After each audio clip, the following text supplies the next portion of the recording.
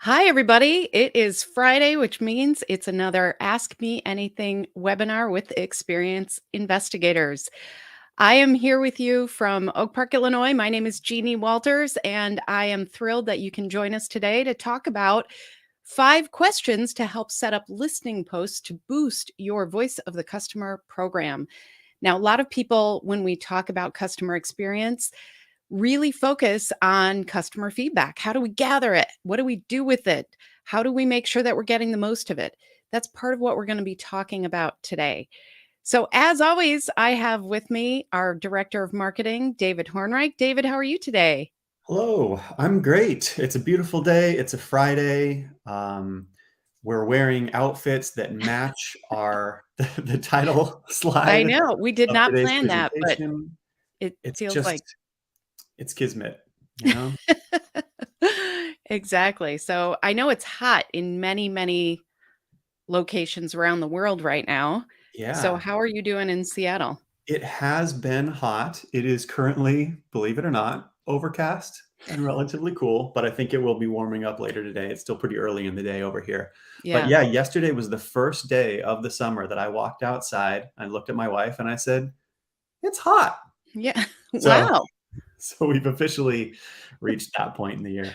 Excellent. Well, we've had Yeah. some hot, humid days here in the Chicago area, and that will continue. And it always seems to be the week Mhm. that my son has soccer camp for 4 hours on a turf field. Yeah. So lots of hydrating. I That's bet. I bet. that's the key. Yeah. Yeah. But I know a lot of people are really struggling in Europe and other places, so we're sending cool breezes around the world here today. Uh, Hopefully, and let that be the first lesson of today's session is hydrate. there you go. That's I universally mean, just a it great really is tip. any experience, not just customer That's experience. right, You yeah. need to hydrate, which is why I always have my trusty huge water bottle next to me. There you go. Nice. Ex Anyway, shall we get excellent. into it? I guess so. All right. Let's talk about listening. So when we talk about, this specific topic, one of the things that can happen is that maybe you get a little ahead of yourself. You start thinking about all the different ways that we listen. We're going to focus that in today and talk more about what is most important to know before you even launch some of these things. So I'm excited to talk to you today. For those of you who don't know me, I am Jeannie Walters, founder and CEO of a company called Experience Investigators. We help leaders like you focus on customer experience in ways that empower the rest of the organization and hopefully deliver on our mission, which is to create fewer ruined days for customers. We believe by doing that, we actually create a better world. We create more positive moments and lots of other things that really just spread joy throughout the world instead of those moments that bring us all down. We have lots of resources for you. Check us out at experienceinvestigators.com. Feel free to reach out. We love hearing from you. We create a lot of the content that we produce based on the questions and the interactions that we have with you. So if you want us to talk about a topic, let us know. But today we're talking about listening. So let's get into it. So the first thing to know is that when we are building a voice of the customer program, what we see a lot is that people get very excited about the how, about things like, you know what, we can actually listen to customers in all these different ways. We have surveys, we have proactive, passive ways. Like, if you have a mobile app, you might have a permanent tab there that says, how are we doing? And you can gather feedback that way. We can listen through social media. We can listen through our feedback forms. We can make sure that we're tapping into the contact center. All of these different places of input can be very kind of enticing. And the challenge that we see is that sometimes we get so excited about the how and the what that we don't take that step back to think about the why. So, when we're talking about listening posts, what we're really talking about are specific tools, locations, and mechanisms to gather that customer feedback at specific points along the journey. And so when we're talking about that, we have to think about that from that customer's perspective as well. We have to look at the entire customer journey because asking for feedback is still a touch point. It is a moment of interaction with the customer. So we want to acknowledge that as part of the journey as well. I'm sure you've all heard the phrase survey fatigue, and that's something that pops up because we often will kind of pummel our customers with surveys without considering how that impacts the entire customer journey. So, the reason we set these up, the reason we have customer listening posts is because it can help us understand, which is what we're trying to do. We want to understand our customers, their needs, their experience. We want to provide qualitative, emotional feedback to make sure that we can get the most insights from those listening posts, from the places where we do gather that feedback. And then we also want to have specific measurement for parts of the journey.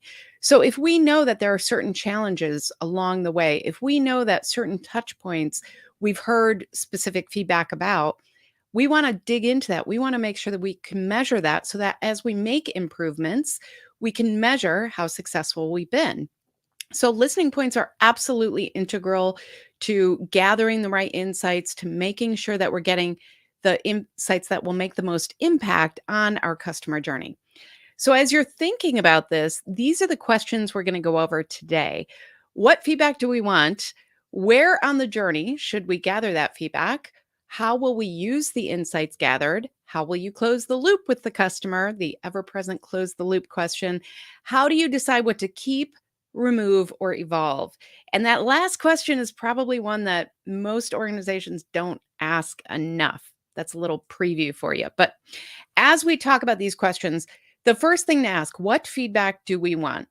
So, I mentioned survey fatigue. This is a real thing. Customers are sick of being asked for feedback when they don't see what happens with it. When they are asked again and again and they don't see any changes, they're just going to stop giving you their feedback.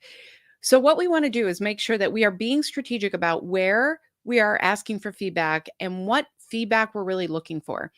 Are we asking, is this easy for you? Are we asking, is this the best way? Are we asking them about, do you like this or this? We really want to get into what is it that is the end goal here. So, this is starting with the end in mind. We want to make sure that we are starting with what we are trying to gather before we go ahead and just sprinkle in listening posts throughout the customer journey. So, what are we unsure about in the customer experience? That can be something that is a great prompt to think about. Okay, where is it most important that I gather feedback? So, where on the journey should we ask for feedback? I like this question a lot because, again, it connects the actual customer journey with the act of asking for feedback. We cannot separate those two things. I've seen a lot of organizations who have feedback and like a customer insights group over here. And then they have the design and execution and support of the customer journey over here. And it's like they're not even connected. The customer sees us as one organization. Every interaction they have with our organization, that is part of their customer journey. So that includes the act of asking for feedback. So when we're really strategic about this, we want to ask, what are the key moments along the journey where customers want to give us feedback? Sometimes that we can figure this out by looking at the general feedback. A lot of times when customers have the opportunity to give feedback, they'll mention things specifically. So maybe it's around billing, maybe it's around delivery. Product delivery is a big issue right now. So if we are looking for, where should we really be digging in? Maybe we want to ask right after they get that delivery of the product. Maybe we want to ask right after they pay the bill. Was this easy for you? Are there ways that we can make this better for you? Are there things that are missing? Would you rather pay by a mobile app? All of these different things. The questions, that's where you get really specific. What you want to do even before that is think about where on the journey are those key moments that we want to dig into, and how do those line up with the information we want to know? But then again, think about this as part of your customer's journey. So if you're asking for feedback, every 5 minutes, that's going to have an impact on your customer journey.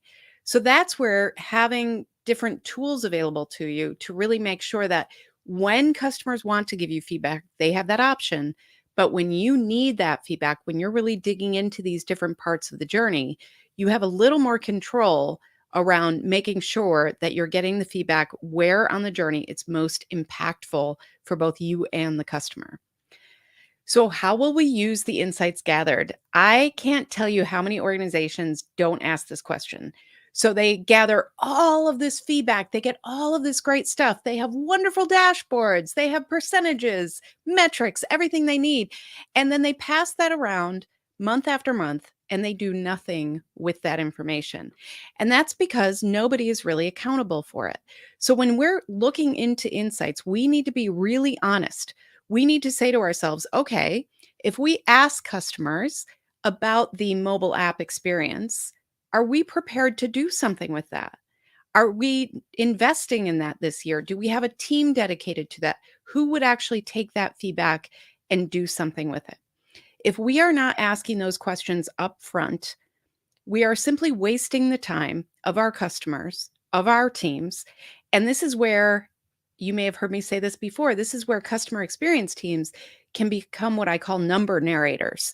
They just pass around numbers without giving context, without giving information about, okay, here's what we need to do. And then knowing who is accountable, who is partnering with them on this to make those changes happen. If we cannot commit to the insights gathered to doing something with them, then we have to be really honest with ourselves. Is this worth asking? Second guess that listening post if you know that you're just going to be gathering feedback that you can't do anything with.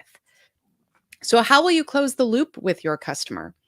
This is the eternal question of customer experience, right? We have to close the loop, not just with our customer, but also with the employees who are involved.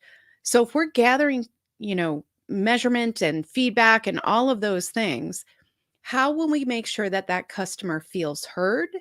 And if there is action to take, how do we make sure that they know we're taking that action and reporting back to them?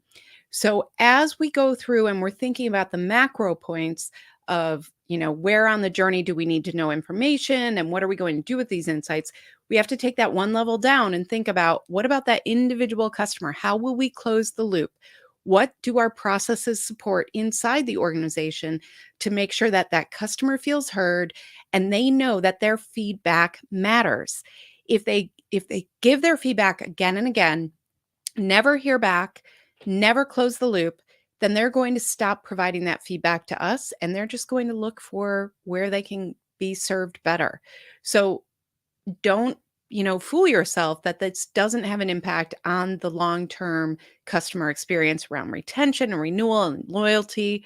All of this matters towards that as well.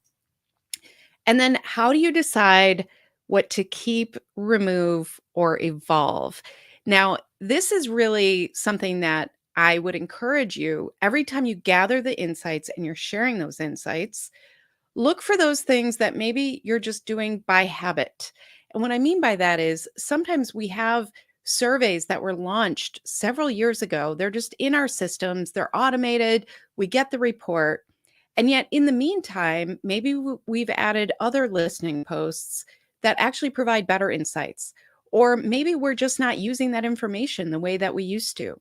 It's really important to kind of prune what you're doing to make sure you're not wasting your customers' time or energy, that you are living up to the promises that you made to them about closing the loop, about acting on that insight. And, you really want to make sure that all of this is attached to both the goals that you have with the customer experience, but also your own organizational goals, right? If you're investing in all of these surveys and, feedback points, and you're not doing anything with it, that's really an expense for your organization that's not going to have a return. And so look for those points along the way where maybe you're not getting that return on the investment of both time and money and resources, everything. You want to look for those things and think, well, maybe we turn this one off. Maybe we get that through other methods now. We have so many ways to get data now that some of those things that we used to ask customers, we don't have to ask them anymore. We can look at operational data. We can look at behavioral analytics. And some of that will tell us more than asking for that feedback from customers. So really get lean here if you can to make sure that the investment into these listening posts is really paying off for your organization. Now, if you haven't already um, developed a customer success statement, customer experience success statement, that's a way that can direct you as well. Make sure that everything is aligned with your organizational goals, your leadership goals, and the mission and the promise that you've made with your customers. There we go. We've got a workbook for you. David got the link up for you. So we have free resources for you that can help you develop that. But essentially, what we're doing is we're trying to match up what are our organizational goals and what are we doing with the customer experience. And like I said, if we're not including our feedback strategy as part of that and including that lens when we're developing these listening posts, then we're missing the opportunity to really provide value to our organizations and impact through the customer experience efforts that you all, you know, activate every day. So, 5 questions to think about. Number 1, what feedback do we want? Seems so simple, but when you ask this question, sometimes you realize that you haven't really taken that step back to ask that. Where on the journey should we ask for feedback? Where are those key moments? Where are those points in the journey that maybe we want to know more about or we know there's a challenge with? How will we use the insights gathered? Who's accountable? What are we doing? How do we make sure that we have that buy-in before we ask for the feedback and get those insights? How will we close the loop with the customer? So important. Make sure our processes are aligned so that the customer feels heard, understood, and sees how their feedback is used. And then how do you decide what to keep, remove, or evolve? Make sure that we're constantly looking at how are we doing this with our customers with that holistic lens of how does this impact the customer journey? How does this impact our goals and our success as an organization? And are we living up to that mission and promise that we've made for the customers as well? So, really, listening posts are a moment in time with your customer. They don't have to be forever. They don't have to be something that always produces perfect metrics or something like that. Sometimes we can do things that are based on these goals, based on these questions that will provide the right insight in the right moment. And that's really what we're looking for here. So, have a strategy, a plan, and a willingness and open mindedness to ask these questions before setting them up so that you serve your customers and your organization, your brand better. So I'm very curious to hear from you. How have you set up your listening posts? Are these questions helpful? What are you doing with your Voice of the Customer program? And whatever else you want to talk about today. So I'm anxious to hear your questions. Yeah, we've definitely got the prompt up. If you've got a question, type it in the chat and we will get to that. In the meantime, we've got a few questions that came in from email and social media this week. So let's just dive right in. Excellent. Here's the first question. If you had just enough buy-in to do a small proof of concept run on executing customer listening posts, where would you start? What's Mm. most likely to succeed and get more buy-in for Oh my more goodness. to do this more? Yeah, I think, this is a very nuanced situation because what you want to do is start again with your goals. So you want to start with your organizational goals, your customer experience success statement, all of those things. And then you want to drill down a little bit and maybe certain parts of the journey are challenging. Or maybe there's innovation or product development that is coming down the roadmap, the pipe, and you are really looking for feedback from customers before you get too far into that. There are all sorts of goals that you can have here, but I would look for where will you have the most impact for your organizational goals? Because then if you, let's say, you do have a new product that's on the roadmap or an evolving product or something, and you want to know if customers will actually use it. Well, that's a great place to say, you know what, if we change this to this, how would you feel about this? Or just looking for the areas of challenge that that product will actually address, then that can give you a quick win. Or if you know that, everybody knows it, but nobody talks about it, like maybe you don't have the right insights, the right metrics to really make a case for something.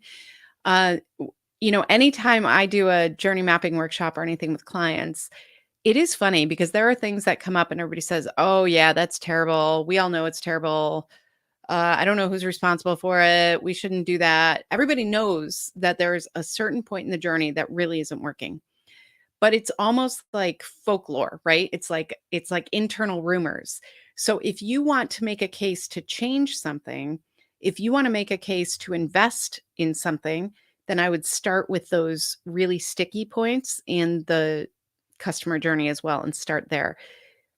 Surveys are used because they you can get a lot of data out of them. They're easy to execute. Well, easy is relative, but they're easier to execute than some other things. You don't necessarily need a huge, robust tool to send out a survey if it's one survey. So, if you want to make the case for that, you can start with a survey and start with some of these lower cost tools that are available. And then you can look for those things in the survey that maybe show you, okay, here's where I want to go next, and make your case for where you want to listen to customers next, where you want to set up these listing posts. If you have tools available to you, if you have customer insight tools, some CRM platforms have feedback mechanisms, there are all sorts of things. Look for ways that will support your goals. So I brought up that sometimes it's great to have this kind of passive way that somebody can give you feedback anywhere along the journey. So digitally, you have a lot of options there where sometimes it's just a permanent tab that the user can pull out and say, here's what I want you to know. If you have those things available to you, but maybe you haven't turned them on, look for things like that because sometimes we're just not using the tools that we have available to us. So those are two ways I would look at it. Really, what are your goals? Making sure you're supporting that. What are you trying to get investment for? And then also looking at the tools that you have available and seeing if there are options there that maybe you just haven't turned on yet. Maybe you just haven't figured out how to put that into your customer journey. That's all, a good place to start. I love that. And I love finding something that everybody in the organization agrees needs to be fixed because then you've Mhm. already got the buy-in. Right. Hopefully. Hopefully, yeah. Except for that one guy, That Carl, one who guy, I enjoys that know. everything is broken. Yeah, Mm. Carl. We've got a question from Tanu. I hope I'm pronouncing your name right. If I'm not, please correct me. How do we ensure people coherently collaborate on CX Mm. goals across the organization? This is the $65 million question. Yeah, for sure. Yeah, this is really about strategy. So I talk a lot about how customer experience is really three things. It's a mindset, it's a strategy, and it's a business discipline. And often what happens is customer experience gets kind of relegated into this world of, oh, that's nice. We're going to talk about it a lot, but we're actually not going to do anything about it because it's a little bit of a different concept. We totally, as business people, we understand sales, we understand finance, we understand we need to increase revenue and decrease expenses, right? That's kind of the mantra. Customer experience can help you deliver on those goals, but you have to make the case. So we use three, I would recommend three things. One is you got to know your mission. So we have something called a customer experience mission statement. This helps align everybody with what is the experience we're trying to deliver. How do we show up for our customers no matter what? What is that promise that we've made to them? We have to start there because that makes every other decision easier. And if you get alignment on that, then it empowers people to make different types of decisions and to create different goals for themselves and their departments. So I always start with the mission. There you go. We've got a workbook for you. And then from there, we want to build the goals around the organization. And that's where we have the customer experience success statement. Because if we are not tying our goals around customer experience efforts back to the goals of the organization, then of course our leaders aren't going to care about it.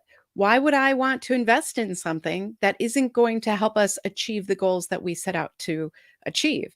So the success statement actually breaks this down into what are your overall organizational goals? What are your leadership goals? And what are your customer experience goals? And how do you know if you're successful? So, what I see a lot of is that we have very kind of loose feeling goals in customer experience. Things like, we want to be the best in class customer experience out there, or we want to deliver friendly customer experience. Great. What does that actually mean? We have to break that down. How do we know if we're doing that? How do we know if we're successful? In a year, how can we measure our progress? We need to get specific. And that's what's so powerful about the success statement.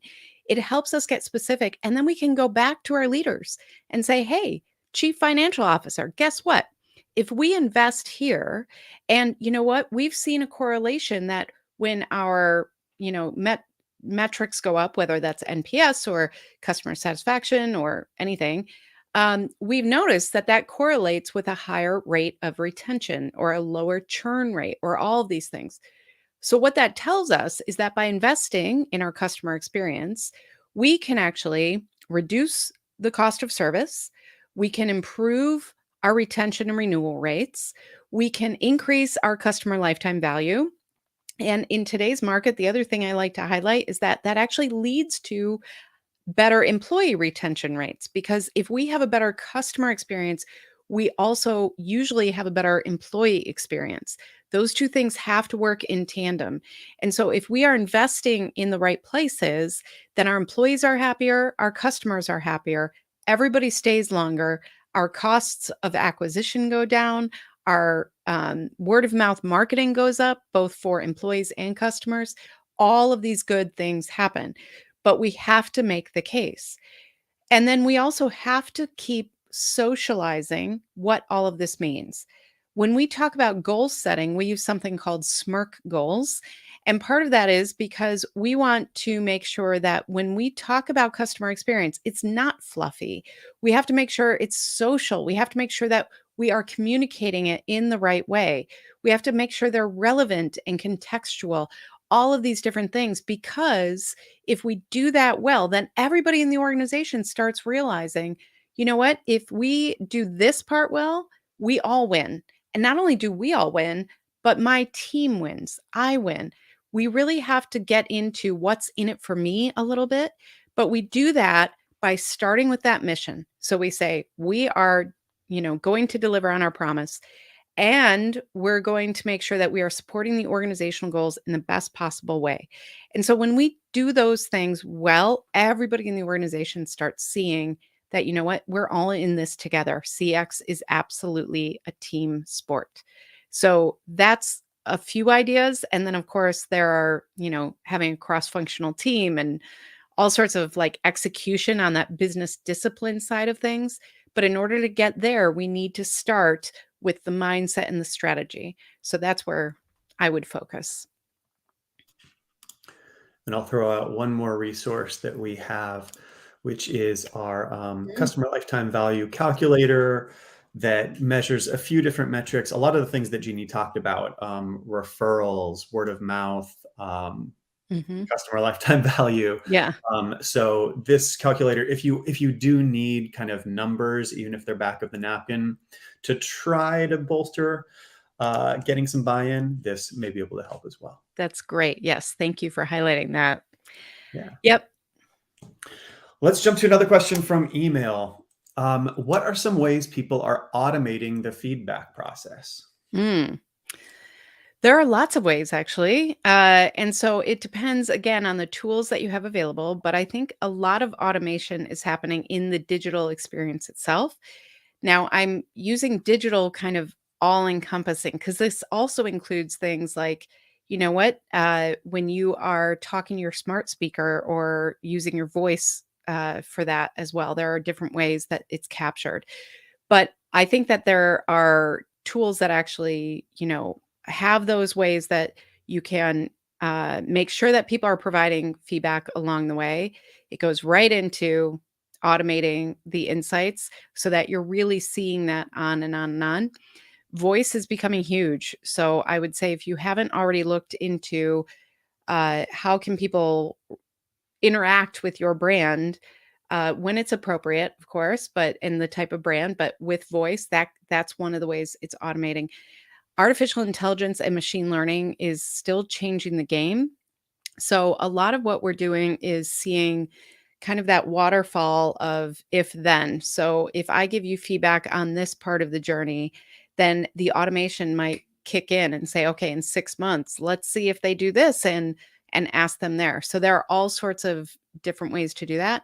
And a lot of the tools that you might be using already are either developing these programs or really looking into they might even have some of those available to you. So again, I would say look to your providers. If you have a partnership with a provider of your feedback technology, reach out to them. Say, hey, how can we better use this? How can we make sure that we're automating in the right way? Because a lot of times these tools have so many bells and whistles that sometimes we're just not leveraging them the way we can. So I would encourage you to reach out and have those discussions with your providers as well.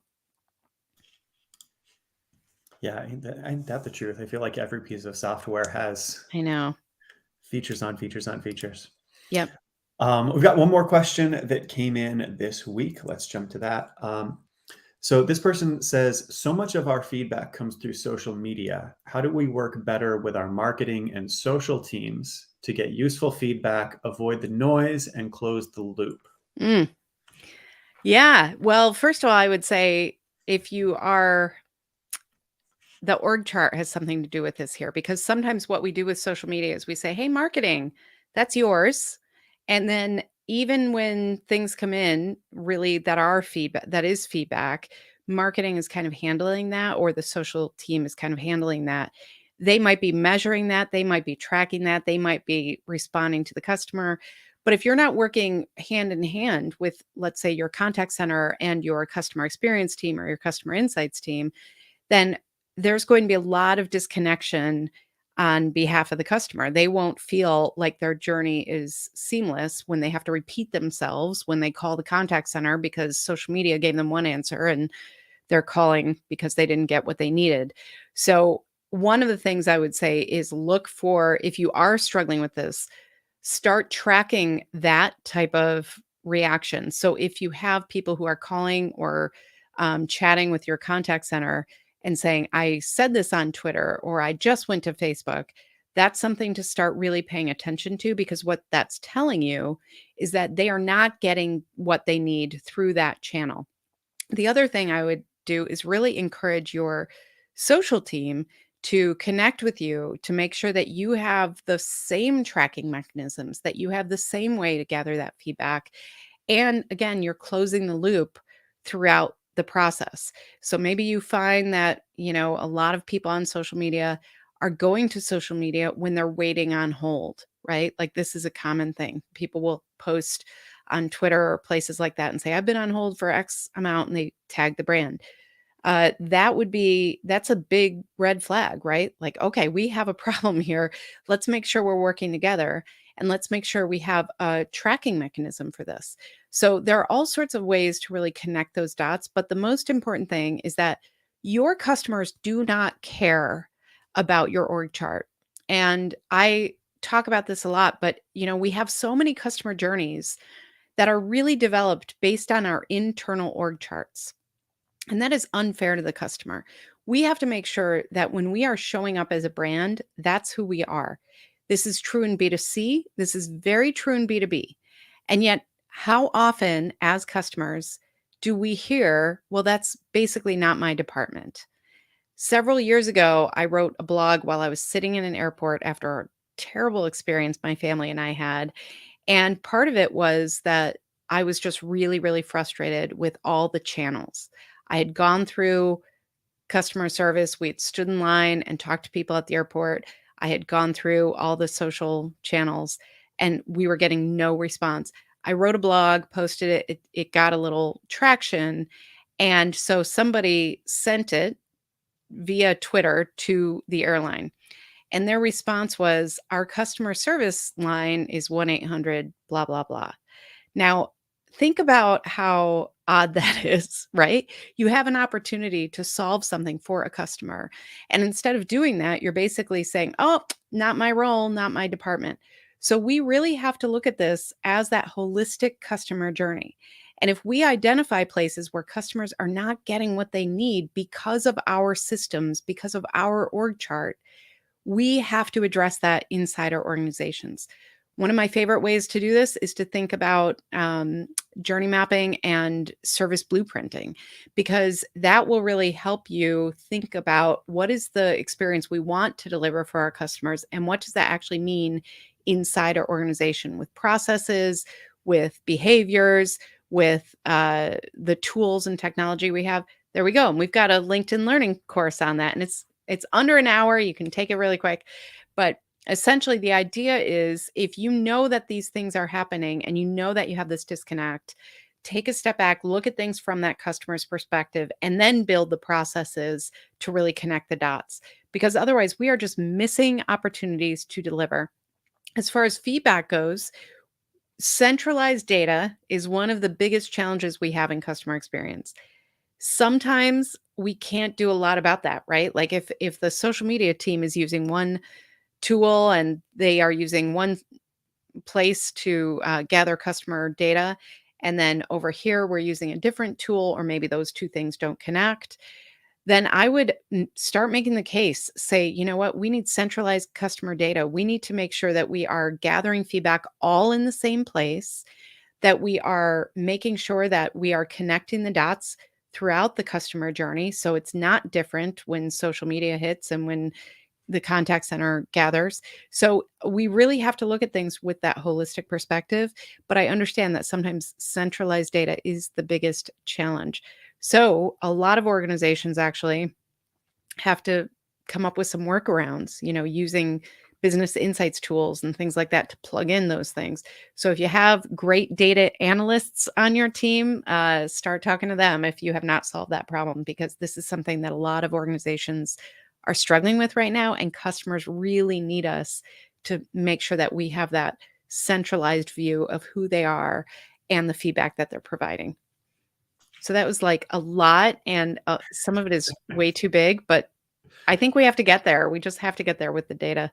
Yeah, yeah, absolutely. Well, that's going to do it for today. I want to Great. thank everybody for joining us, for your questions and comments, and to those of you who humored my question about what beverages you're drinking and how you're staying hydrated. Thanks everyone for being here and being involved. And Jeannie, if folks want to find you, Yeah, where can they do that? they can do that in so many places. So, yes, we love hearing from you. Like I said, we love getting your questions, your suggestions on content. We want to address what's important to you. So, let us know what you want to see.